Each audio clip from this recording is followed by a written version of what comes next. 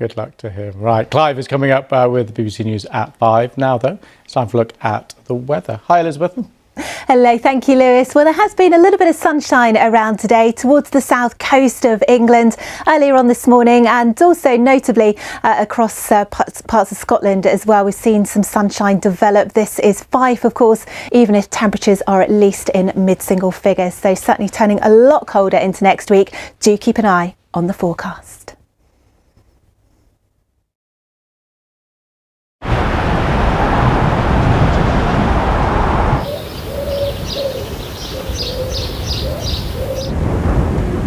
When the weather can't make up its mind, we can help you make up yours.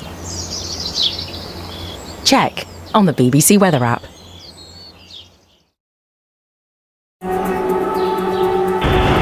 The BBC spent 2 months on the front line of the Ukraine invasion. The tank tried to attack us. Meeting civilians like this teacher and this architect. I'm a soldier now. Who have left normal life behind to defend their country. Sleeping here, living here, fighting here. Uncovering how a volunteer army can stand up to the Russian war machine.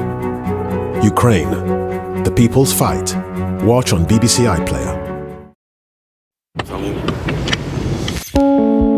It's really a lot of fake news. Чесно, український головне. Mr. BBC. How soon do you think it could be before there is real fighting here? It's awful. They couldn't come with you. How do you sit across the table to try to stop the war? We're live in 5, 4, 3.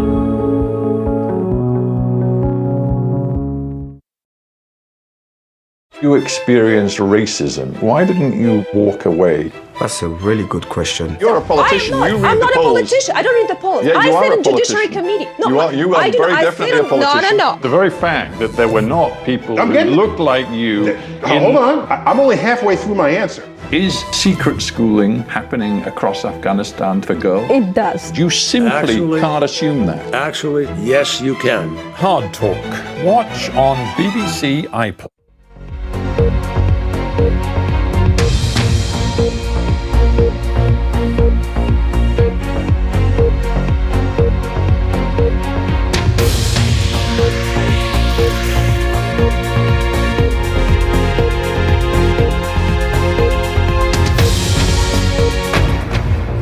BBC News, I'm Clive Myrie. Our top stories for you.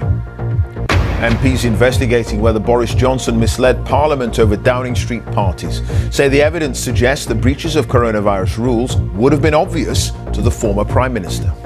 I didn't mislead the House, and I don't believe I'm guilty of contempt. I think that this process happily will vindicate me. I know it's been going for a long time. Constance Martin and Mark Gordon have been remanded in custody following a court appearance after the discovery of a baby's remains. Alex Murdoch has been sentenced to 2 consecutive life sentences for the murder of his wife Maggie and his son Paul. I sentence you to prison for murdering him for the rest of your natural life. Those sentences will run consecutive. And it's the end of an era as veteran broadcaster Ken Bruce signs off from his Radio 2 show for the very last time.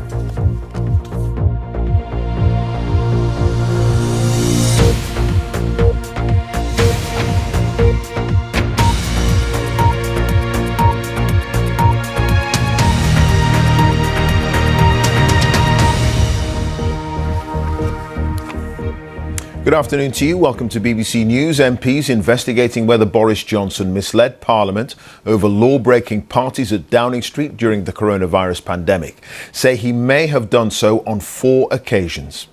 The House of Commons Privileges Committee says the evidence they've seen strongly suggests breaches of coronavirus rules would have been obvious to the former Prime Minister. A report from the committee says it appears Mr. Johnson did not correct the statements that he repeatedly made and did not use the established procedures, the earliest opportunity to correct those statements, as would have been expected from an MP. It goes on to say that people who were giving Boris Johnson advice on what to say to the press and Parliament were themselves struggling to contend that some gatherings were within the rules. The former Prime Minister, who will appear before the committee later this month, says the report proves he never knowingly misled anyone. Some breaking news in the last hour or so. 3 of the 4 health unions who represent ambulance workers in England have suspended their planned strikes after agreeing to a government offer to pay talks. Nationwide ambulance walkouts by their members in England were due to take place next Monday and Wednesday, and they won't now go ahead, though action by one union, Unite, will still continue.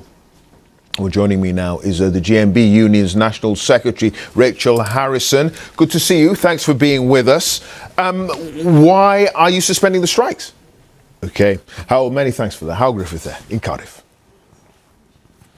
Much more coming up. Stay with us. Now, though, time for a look at the weather. Here's Elizabeth. Good evening. It's set to turn colder over the weekend and particularly so into the start of next week on Sunday. It's really a lot of fake news. Честно, украинский.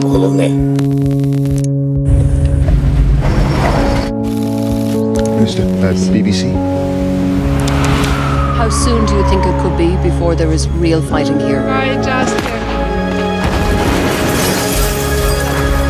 It's awful. They couldn't come with you. How do you sit across the table to try to stop the war? We're live in 5, 4, 3.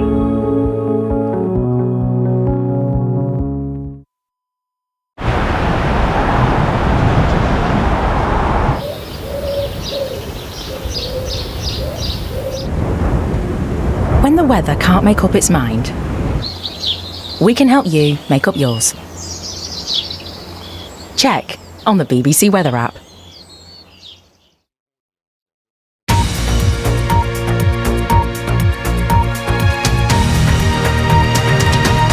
Hello there, you're watching BBC News. I'm Clive Myrie. Our top stories for you. MPs investigating whether Boris Johnson misled Parliament over Downing Street parties say the evidence suggests breaches of coronavirus rules would have been obvious to the former Prime Minister. The national ambulance strikes due next Monday and Wednesday have been suspended after 3 of the 4 unions representing workers agreed to talks with the government. Constance Martin and Mark Gordon have been remanded in custody following a court appearance after a baby's remains were found. Alex Murdoch has been sentenced to 2 consecutive life sentences for the murder of his wife Maggie and his son Paul. The reality TV contestant Stephen Bear has been sentenced to 21 months in prison for sharing a private video of him having sex with his ex-partner, Georgia Harrison.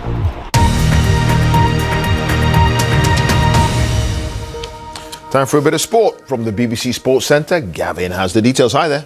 Yes, hi there, Clive. The former England cricket captain Michael Vaughan has given evidence at the cricket disciplinary hearing today into allegations of racism at Yorkshire Cricket Club. The 3rd day is now finished, with Vaughan continuing to deny claims made by former player Azim Rafiq. That's all from us for now, Clive. We'll be back with more later on. OK, Gavin, thank you for that. Now, MPs investigating Boris Johnson's conduct say the former Prime Minister may have misled Parliament over Partygate on 4 occasions. In an update, the Privileges Committee said evidence strongly suggests breaches of coronavirus rules would have been obvious to Mr Johnson. Well, the leader of the Liberal Democrats, Ed Davey, says Boris Johnson clearly misled the country. He will be missed. Now, Rita's coming up with the BBC News at 6. Now, though, time for a look at the weather, and it's with Elizabeth. Good evening. It's set to turn colder over the weekend and particularly so into the start of next week on Sunday.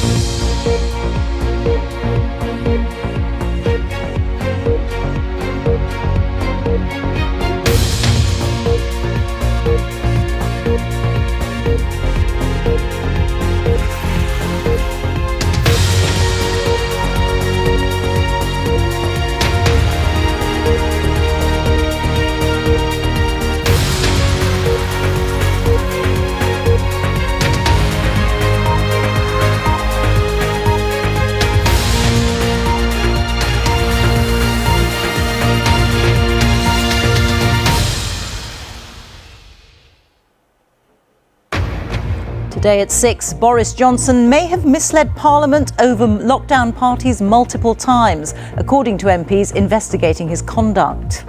The former Prime Minister was fined by police for breaking lockdown rules. He says he acted in good faith. I believed implicitly that these events were within the rules, nor did anybody tell me before or afterwards anything to the contrary. I think the evidence of wrongdoing by Boris Johnson is already pretty damning.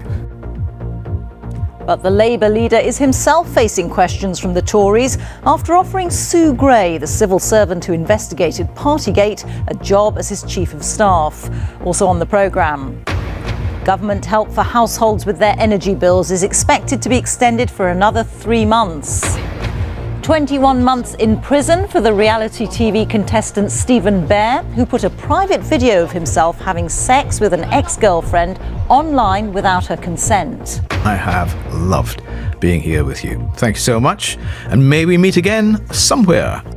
Ken says a final farewell from Radio 2 after more than 40 years at the BBC. And coming up in sport on the BBC News channel, Jason Roy's century helps England to a series-sealing win in Bangladesh as they win the second one-dayer by 132 runs.